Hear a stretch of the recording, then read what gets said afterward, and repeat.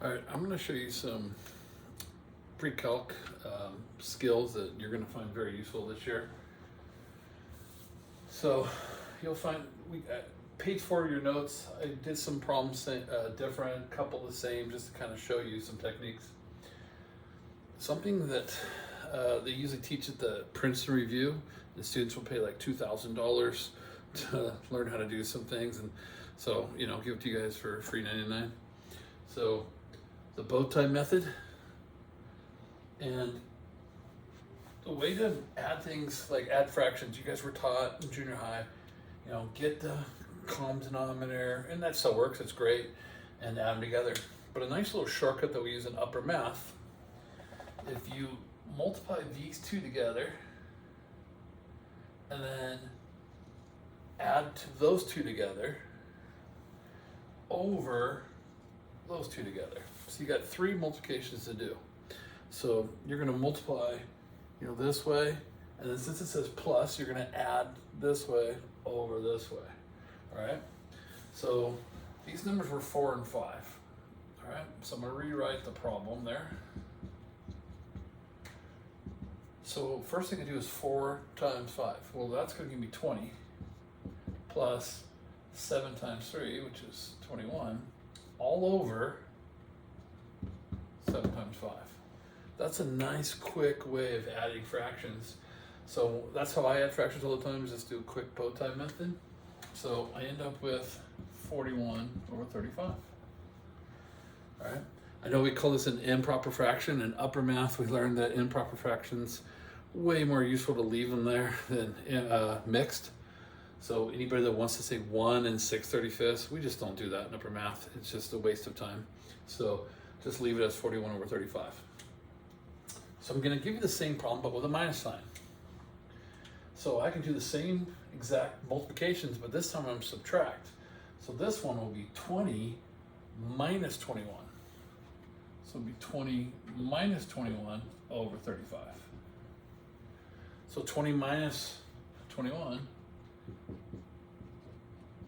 is negative 1 over 35. So 4 sevenths take away 3/5, negative 1/35. Okay, so it's a nice quick shortcut. It works with letters, it works with trig function, it works anytime you want. So if I want to do bow tie, I got to multiply x times x plus 2. Now since there's a binomial, you got to do distributive property. So x times x is x squared. X times 2 is plus the 2x. All right, that's step 1. Then I got to multiply this way. You notice it's a minus, so minus 4 times 3 is 12. All over 3 times x plus 2. You can leave on the bottom. We like to leave it factored on the bottom.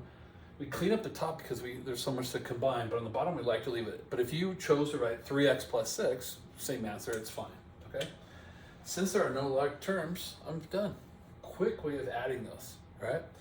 Now, those of you that you guys have already finished trig, and I always taught bow tie to my trig students because it makes especially the trig proofs and all the trig identities 10 times easier. So again, if I'm going to do bow tie, sine times sine, sine squared, plus cosine times cosine, cosine squared, all over cosine times sine. All right, and that's your answer. But if you remember your identity, sine squared plus cosine squared is actually the identity of 1. Sine squared is 1, so then this is actually 1 over cosine times sine. So now just jump a little bit. If you remember, sine over cosine is actual tangent, and cosine over sine is cotangent. So you just did tangent plus cotangent is equal to that, equivalent to that. All right.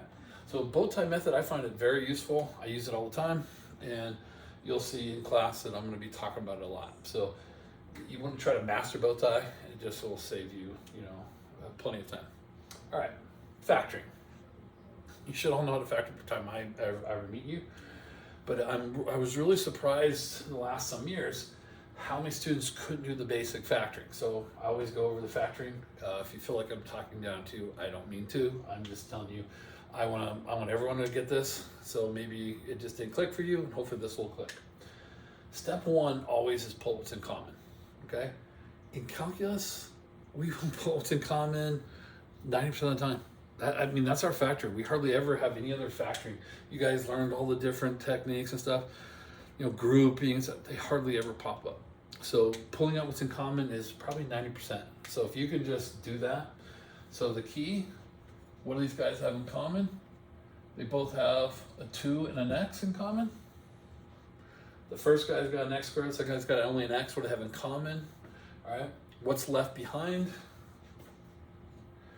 Well, this guy, I pulled out the 2, I pulled out one of the x's, so he still has another x. X times x is x squared.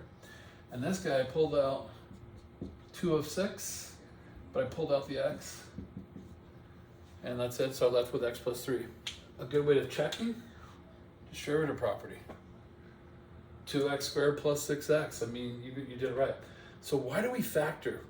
Well, the whole purpose of factoring is you create products. And to equal 0, it doesn't matter. They don't have to be 0 at the same time. That's what's so cool. If this guy is 0, then it doesn't matter what this guy is. And if this guy is 0, it doesn't matter what this guy is.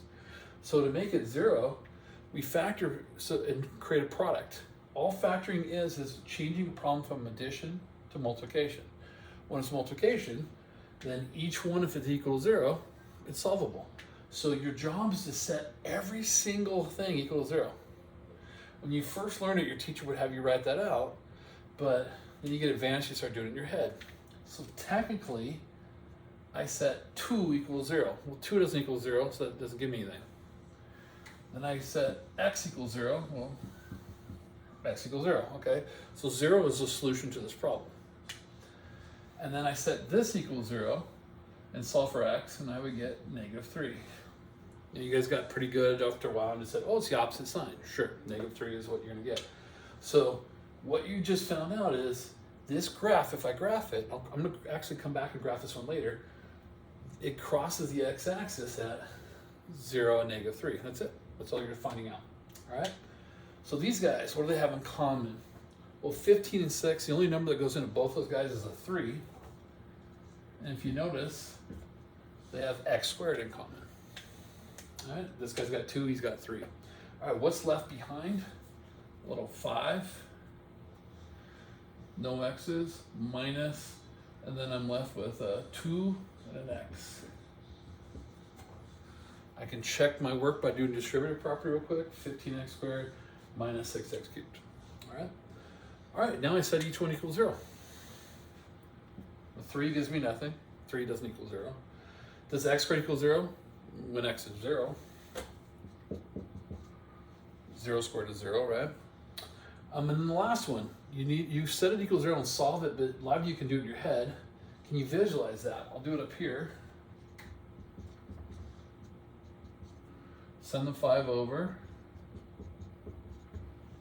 And subtract 5 to both sides because it's a plus 5. Divide by -2. Get 5 halves. There's the solution to that one. So hopefully you should be able to do that quickly in your head. Go, hey, 5 halves times 2, take away 5. All right? All right.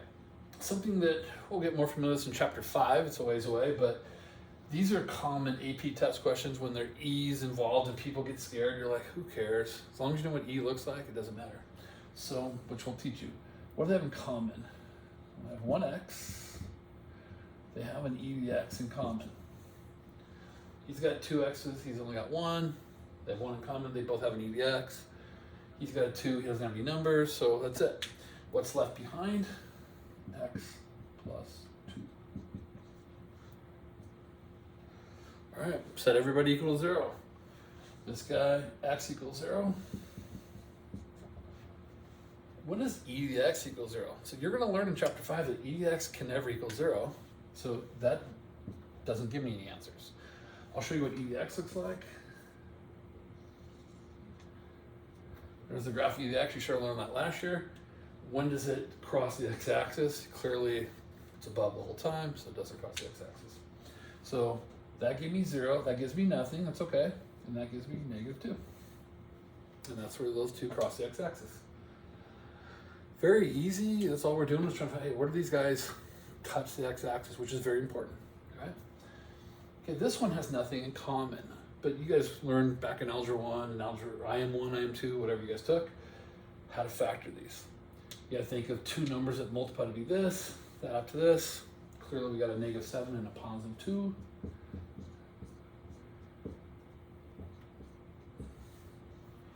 Those two, if we FOIL them, you guys remember that? If you multiply that together, you would get that. You've turned it into adding and subtracting to multiplication. So my two solutions are 7 and -2. So just if you just did what your teacher said for 4 years and didn't really understand why is 7 a solution? Because 7 makes this 0 and then makes that 9. Well, what's 0 times 9 is 0. As long as one of them 0, it doesn't matter. That's why those are the two solutions. 7 makes him 0. You're like, well, he doesn't make him 0, but it's 0 times anything is 0. -2 makes him 0, and he makes him -9, but 0 times -9 is 0. So you can see that both of them make the problem 0. And you can always check. If you plug in 7 here, 49 minus 35 is 14, minus 14 is 0. If I plug in -2, 4 plus 10, because I'm plugging -2, 14 minus 14 is 0. And they're the only two numbers that make it 0. The power will tell you, typically in a polynomial, how many solutions you'll have, up to 2. All right, the highest power, 2. Okay. All right, so there's the factoring, and I need to show you some inequalities. And so inequalities is a lot more complicated. So go over here.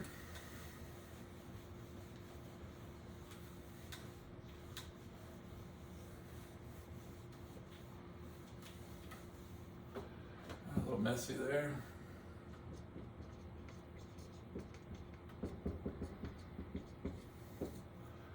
So some people think, oh, inequalities are just equalities with a different symbol.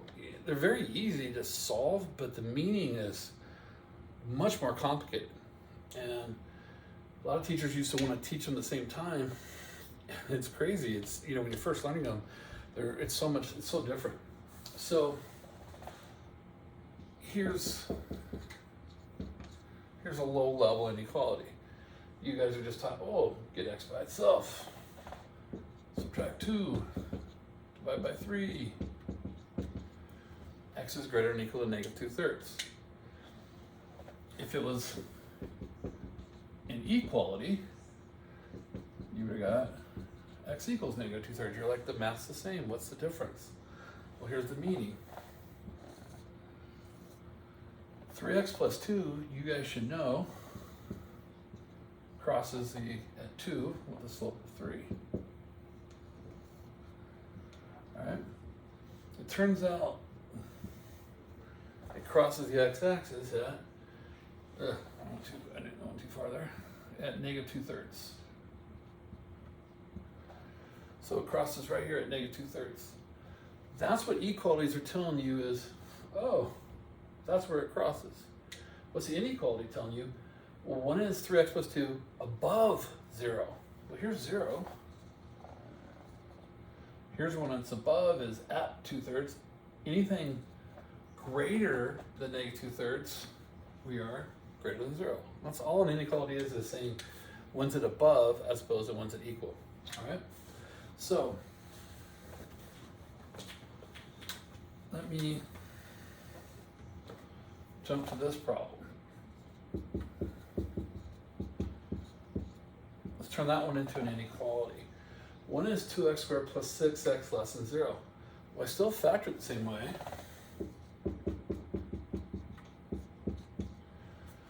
But you can't set each one, it's way more complicated than that. You can't go, oh, at 0 and -3. No, we want to know when it's less than 0, not equal to 0, less than 0. So it just jumps up a level. This is not taught till Algebra 2 Trig because of, it's way more complicated than just factoring. It's in when's it equal. So when's it less than 0? You actually have to organize it. So in calculus, we're going to use number lines, probably do this 100 times. So we're going to organize with a number line. You do now tell me when it is equal. So again, 0 and -3. If you remember 0 and -3, put those numbers in order. That's when it's 0. So you write down when it's 0, but now we're going to check points to see. We now know when it's 0. tell me when it's above or below. So what we do is we check every section. And if you get a positive sign, that means we're above the x-axis because positive above and negative is below. So we plug in a number over here would be like -4. I can plug into the factored or the original. So if I plug in here, I get -8 times -1, I get a +8. So what that tells me is everything over here left of -3 would be a positive answer. So let's check in here, -2. -4 times 1, well, that would be negative. So everything between -3 and 0 is a negative answer. If you're not sure of, well, I only checked one number, the zeros is when it switches. So that's why a graph crosses the x-axis, it switches signs. So that's why we find out when it equals 0 first. That's why we spent years factoring, and then we can do inequalities. So now check 1, 2, 3, 100, any number over here. I would get positive times positive. If I checked 1, I got 2 times 4, 8. So I get positive. So we're trying to solve ones at less than 0. Well, it was only less than 0 from -3 to 0. So if you remember the notation, the interval notation you learned last year, you would say from -3 to 0, it's less than 0. That's it. Now let me show you a graph of 2x squared plus 6x.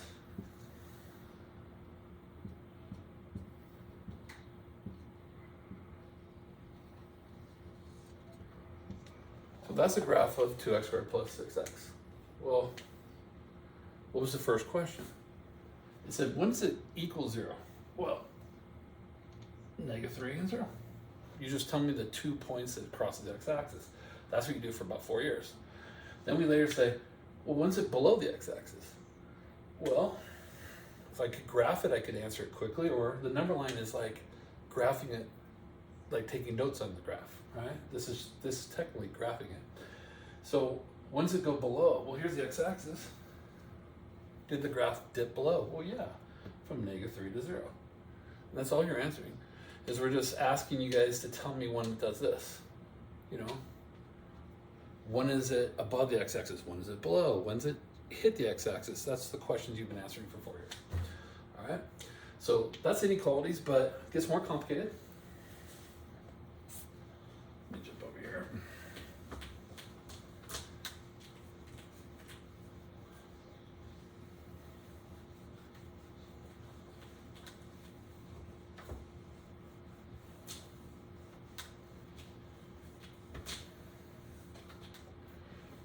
So what about, when do we do this number line organized? Anytime we have like a fraction. So when someone said x minus 3, I'll do less than or equal to 0. When does that hit less than or equal to 0? So here's the trick. You got to write down all important information, okay? So here's how we would do a number line. Again, you're supposed to learn this last year. Hopefully that was done. The numbers that stand out to me that makes it 0 is 3. You can see how 3 minus 3 is 0, okay? So 3 is important and makes the problem 0. Now, we're introducing a fraction for the first time today, so what number stands out, what makes this bottom 0 would be the number -1. When you make the bottom 0, that's called undefined, so I'm gonna put a U there. We need to put all the zeros and all the undefineds on there. I didn't have to do it in the other problems because I didn't have a fraction on any of the other problems, all right? So what we do is we put the key points here and then answer questions about it. So we're gonna check again. So let's check -2, something over here. If I plug in -2, it'll give me -5 over -1, which is a +5. Well, that would give me a positive value. Now I'm looking for less than or equal to 0, so I don't want that section, okay? All right, if I check, 0's in here. -3 over +1, that would give me a negative, all right? If I check 4, I get +1 over +5, I get a positive answer. So I still check everything, just like if I had a product and I check a fraction the same way. All right, so when is it less than or equal to 0? Okay, so we're looking right in this section right here. That's the only time it's less than is that minus sign. And when they have an equals to 0, that means you include that in your answer. So the way you would say this is from -1 to 3, the -1, remember we put a bracket when it is included, and that's the only difference. So if we went back to this one, if this had an equal 0 to include it, then we would have included it. Both of them got included because they're both zeros.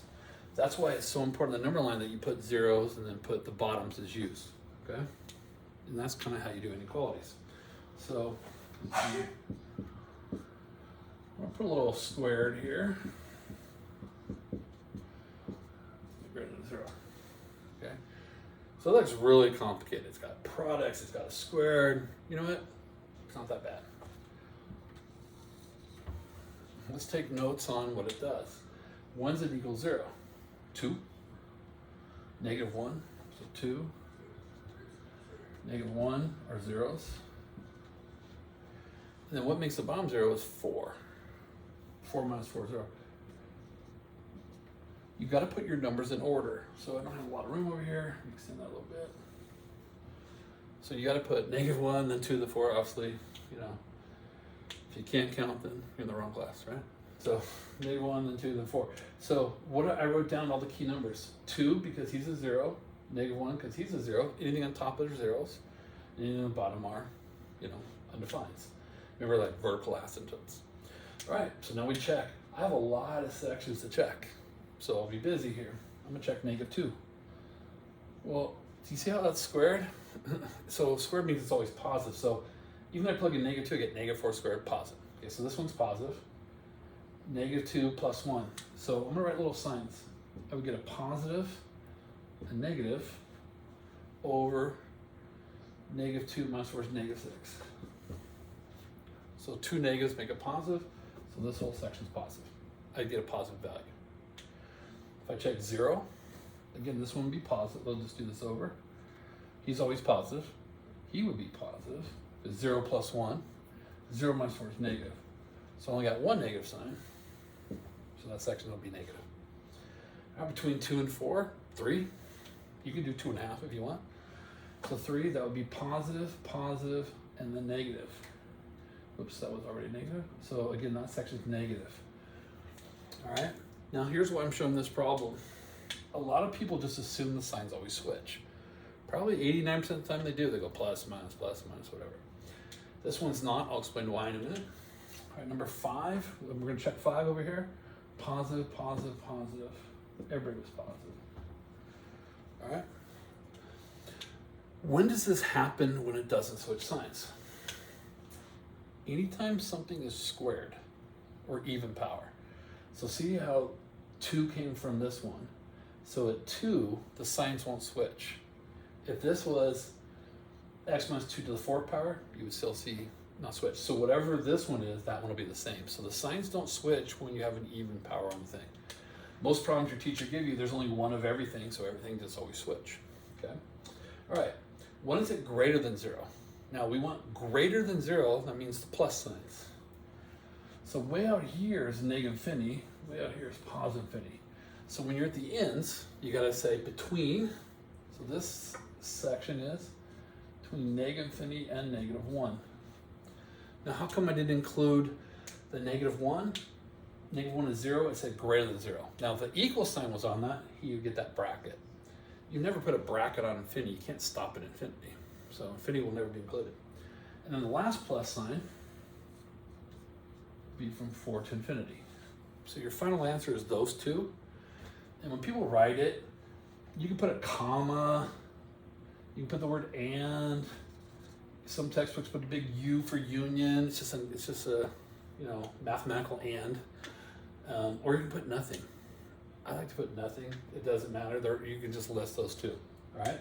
Again, why did I not include the 4? 4 is undefined. I can't include the 4. He's undefined. Even if it said equals, or I wouldn't include him. He's a U. Okay, so he doesn't get included no matter what. And you can't include the infinities. All right. So that's inequalities. They're a little tougher, and I'll show you again in class how that's done. But one thing I didn't get to talk about here is when you do inequalities, it has to be compared to 0. It has to be. So if you had